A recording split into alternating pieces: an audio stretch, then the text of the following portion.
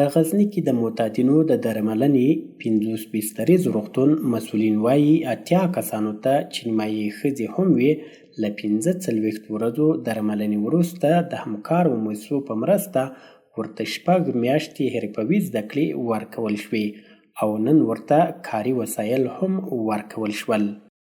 دوی چې امتحان واخیستل سو بس مقابل کې کوم نمرې ورته ټاکل شوي هغه یې واخیستلې مربوطه بخشو ته معرفي سو. په هغو کې خیاطي وله، موبایل سازي وله، پلیسکاري ده، نلدواني وله او برق ده.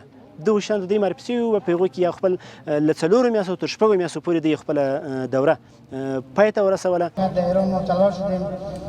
بعد از دیگه ما همیشه نصیر احمد له 12 کالو نشي وروسته اوس د یو روغ کس په څیر وینا کوي. هغه خوښ دی چې له نشي روغ شوی او کاري وسایل هم ورکول شوي.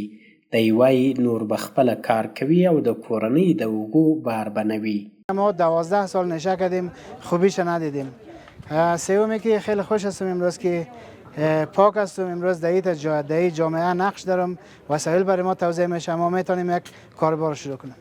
زه دونه خوشحاله یم چې دې نه اضافه خوشحالېده نشته او تقریبا اوس موږ 5 میاشتې د ترمیم د موبایلو کورس ویلی ده او اوس په خیر باندې فارغه سو. نن به موږ ته دا وسایل د ترمیم راکړي. لکه څرنګه چې ټولنیز کارپوهان بیکاري د بدبختي زانګو بولي چې له امله یې یو شمېر کسانو نشو ته مخه کړې، نو بنان د ټولنې او حکومت ګډ مسؤلیت دی چې ټولنه کې له نشو روغ شوو کسانو ملاتړ وکړي او کاري بوختیا ورته برابره ترڅو بیا نشو ته مخه نه کړي.